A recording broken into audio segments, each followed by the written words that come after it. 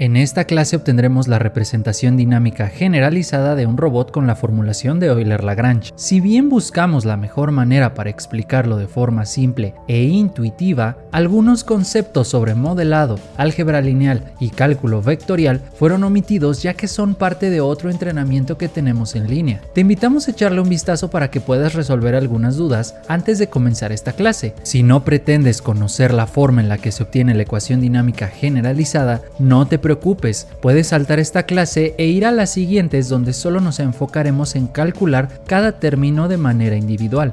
Hola Z, esto ya huele a ecuaciones diferenciales, pero creo que antes de comenzar sería importante recomendarle a los conejitos que se necesitan conocimientos sólidos en modelado y álgebra lineal para comprender estos temas de la mejor manera. Concuerdo contigo, además que aquí no profundizaremos en el significado de las ecuaciones de Euler-Lagrange, sino que las utilizaremos y operaremos con principios de álgebra lineal para obtener las expresiones matemáticas que estamos buscando.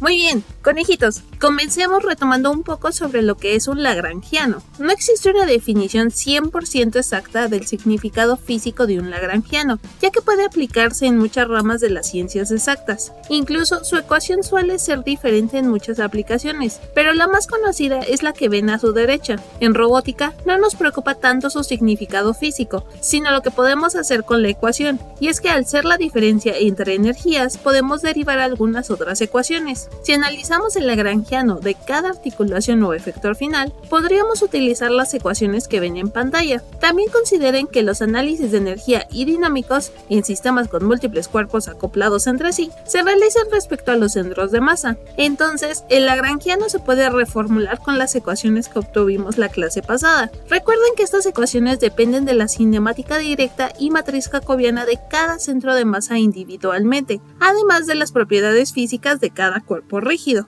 Muy bien, no requerimos ninguna ecuación especial hasta el momento, más bien estamos formando nuevas ecuaciones a partir de lo que establecimos en clases anteriores. También debemos recordar que la energía total es la suma de la energía de cada cuerpo rígido. Esto nos permite formular el lagrangiano total como la diferencia entre la energía cinética total y la energía potencial total. Con estos datos podemos utilizar la formulación de Euler-Lagrange, de la cual hablamos en nuestro entrenamiento sobre control de sistemas dinámicos. A diferencia de la ecuación convencional, aquí se muestra su forma vectorial, ya que se utiliza para aquellos sistemas que dependen de dos o más coordenadas generalizadas. Esto significa que el término a la derecha debería dar como resultado un vector de n filas por una columna, que son las mismas dimensiones del vector de coordenadas generalizadas alfa barra. De manera intuitiva, su significado físico es el resultado dinámico del comportamiento de las coordenadas generalizadas del sistema. Por ejemplo, si las articulaciones se mueven a una velocidad y aceleración determinadas desplazando un cuerpo rígido, se generará o necesitará una fuerza o torque específicos para realizar esta acción. Claro que el tipo de acción depende del tipo de articulación. En el caso de los robots que hemos estudiado hasta este momento, esta variable representa el torque en cada articulación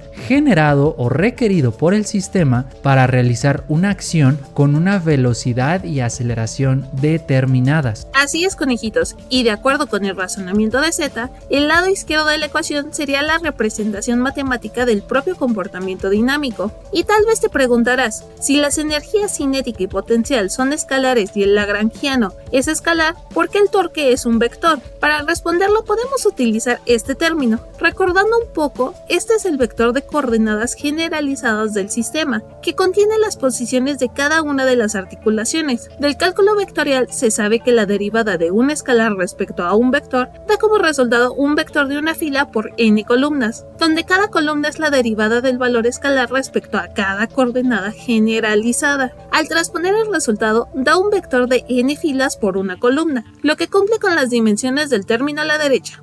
A partir de aquí ya podemos comenzar a operar el lagrangiano para armar la ecuación diferencial que estamos buscando. Para ello debemos considerar al lagrangiano total como la diferencia entre las energías totales. Estas las definimos la clase pasada tal como se muestra en pantalla. La derivada más fácil de operar es aquella respecto a las coordenadas generalizadas. Entonces podemos derivar cada término del lagrangiano utilizando la regla de cadena y principios de álgebra lineal. Al final obtendremos un resultado tal como se muestra en pantalla. pantalla. Por el momento no trabajaremos con la derivada de la matriz de inercia, ya que esto lo veremos más adelante. Lo que sí haremos será transponer este resultado para simplificar los próximos procedimientos. Esto reordena cada término tal como se muestra en pantalla. Observa que la matriz de aceleración gravitacional se mantiene afuera de la sumatoria. Por otra parte, este término es muy simple de calcular. Para ello debemos recordar un poco sobre la matriz jacobiana. Anteriormente definimos dos tipos de matrices jacobianas. La primera es aquella que podemos obtener al derivar el vector axis angle respecto a cada articulación del robot. La segunda, y la cual utilizamos para calcular velocidades lineales y angulares, se forma al relacionar la y-ésima articulación con el efector final o con cada centro de masa según sea el caso que queramos estudiar. Sí, recuerdo esto. Cuando las evaluamos numéricamente, los resultados en la parte lineal fueron iguales en ambas matrices, pero en la parte angular eran completamente distintos. Esto significa que la matriz jacobiana analítica y la geométrica son equivalentes en aquellos términos que relacionan la velocidad de las articulaciones con la velocidad lineal del efector final, y este término es el que hace esa relación, por lo que podemos considerar que es equivalente a estos términos en la matriz jacobiana geométrica. Por lo tanto, el cálculo que teníamos anteriormente se puede simplificar aún más. Solo debemos sustituir la parte de velocidad lineal de la matriz jacobiana geométrica en la derivada y listo. Podemos calcular todo el término a partir de algo que ya conocemos y que fue utilizado para el cálculo de la matriz de inercia. Esto permite considerar que la derivada ha sido completada. De hecho, este término es básicamente la definición de la derivada de la energía potencial en función de cada una de las articulaciones. Eso será importante más adelante, pero ahora vamos a calcular el siguiente término. Solo recordemos la forma en la que está definido el lagrangiano. Derivando en función de las velocidades de las articulaciones, siguiendo la regla de cadena y principios de álgebra lineal, el resultado sería el producto entre las velocidades de las articulaciones y la matriz de inercia. La derivada de la energía potencial respecto a las velocidades de las articulaciones es cero, ya que no depende de ninguna velocidad, sino de la posición del cuerpo rígido. Por lo tanto, la razón de cambio es cero. Al transponer el término obtenido, la matriz de inercia y la velocidad de las articulaciones se permutan, pero recuerda que la matriz de inercia es simétrica, así que podemos respetar esa equivalencia en el resultado final. Ahora solo debemos derivar este resultado en función del tiempo. Observa que el primer término no es más que la matriz de inercia por la segunda derivada de la posición de las articulaciones, pero al aplicar la regla de cadena, la matriz de inercia se encuentra derivada en función del tiempo, y esta, aun cuando depende de la posición de las articulaciones, no es igual a cero. Esto ocurre porque las posiciones de las articulaciones sí dependen del tiempo, entonces debemos hacer una derivada implícita para calcular el término correctamente. Pero antes de pasar a eso, reordenemos los términos que hemos calculado hasta ahora. Uy, eso es muy fácil. Prácticamente debemos ordenar y agrupar algunos términos semejantes y listo. De hecho, ya tenemos gran parte del modelo dinámico de un robot. Conejitos, por favor sustituyan estos resultados en la ecuación de Euler-Lagrange. El resultado es una ecuación que se ve un poco difícil, pero la realidad es que prácticamente está formada por la cinemática directa a cada centro de masa y sus respectivas matrices jacobianas. Podemos simplificarla al establecer que la derivada de la energía potencial se considera el efecto gravitacional en el robot. Además, la matriz de inercia y la aceleración de las articulaciones son los efectos de momentums internos causados por los eslabones, su geometría y velocidades lineales y angulares. Creo que lo más complicado aquí es el análisis de estos términos, ¿no?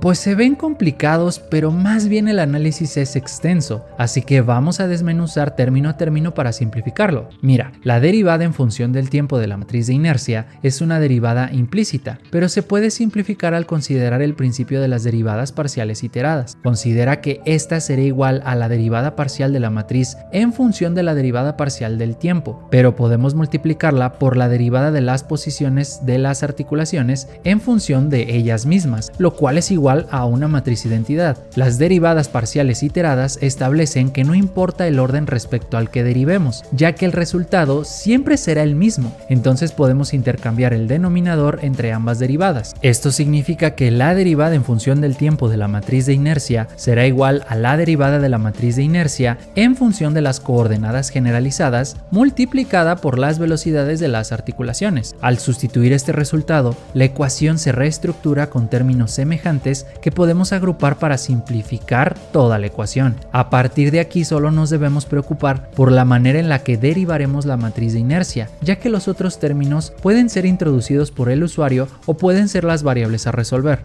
Oh, se me ocurre que podemos expandir la matriz para segmentarla en múltiples elementos y que el cálculo de la derivada sea más sencillo. Para ello, podemos recurrir a algo llamado expansión diádica, la cual separa cualquier matriz en pequeñas submatrices obtenidas a partir del producto entre dos vectores. Por ejemplo, imaginemos que tenemos esta matriz de inercia y queremos utilizar la expansión diádica para representarla en diferentes submatrices. Para lograrlo, podemos extraer cada columna de la matriz y almacenarla en un vector. Ya que extrajimos la primera columna, el vector asociado para generar una submatriz tendrá un número 1 en su primera fila y 0 en todas las demás. Si extraemos la segunda columna y la almacenamos en un vector, podemos asociarla a otro vector cuya segunda fila será igual a 1 y el resto igual a 0. Si nosotros queremos generar las submatrices, podemos multiplicar los vectores extraídos por los vectores asociados. Por ejemplo, para la primera columna extraída, al ser multiplicada por su vector asociado, se generará una matriz donde la primera columna tendrá los valores del vector extraído y el resto será igual a 0. Esto mismo ocurre con la segunda columna extraída cuando se multiplica por su vector asociado. Esto crea una submatriz donde la segunda columna tiene los datos extraídos, mientras que el resto es igual a 0. Podemos sumar estos elementos tal como lo establece la expansión diádica. Claro que también debemos incluir los valores de la tercera columna. El resultado de la suma de las submatrices genera la matriz original.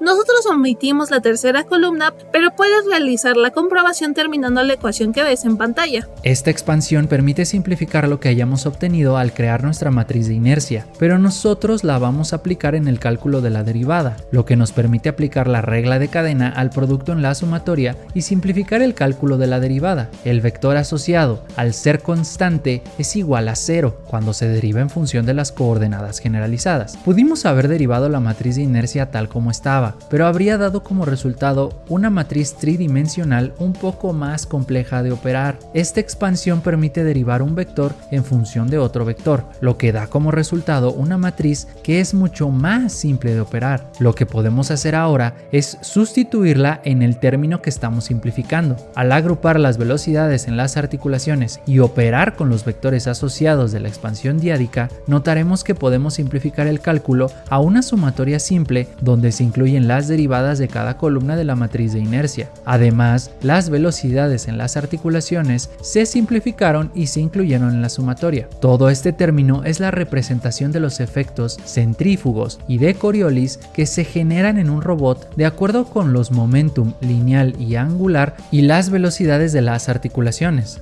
Se ve complejo, pero en la siguiente lección los conejitos verán que no es nada complicado implementar estas ecuaciones. Para no extender más la clase, vamos a reemplazar el término original por la forma simplificada que acabamos de obtener. Observa que prácticamente debemos obtener dos términos, la matriz de inercia y el efecto gravitacional. Lo que está en medio de ambos depende de la propia matriz de inercia, claro que con algunas operaciones especiales. Y tal como lo dijo Z, este término es la representación de los efectos centrífugos y de Coriolis en un robot, lo cual se puede simplificar en la ecuación que ves en pantalla. Con todo esto, ahora ya sabemos de dónde viene el clásico modelo dinámico que vemos en cualquier libro o artículo de investigación. Ay, pero sí está algo extenso, aunque creo que los conejitos pudieron comprender todo a la perfección. Esperemos que sí, porque en la siguiente clase trabajaremos directamente con programación para generar las ecuaciones dinámicas utilizando todo lo aprendido hasta ahora. Esa sería la forma más sencilla para encontrar nuestras ecuaciones, aunque también puedes hacer el procedimiento a mano si es que te gusta hacer una impresora.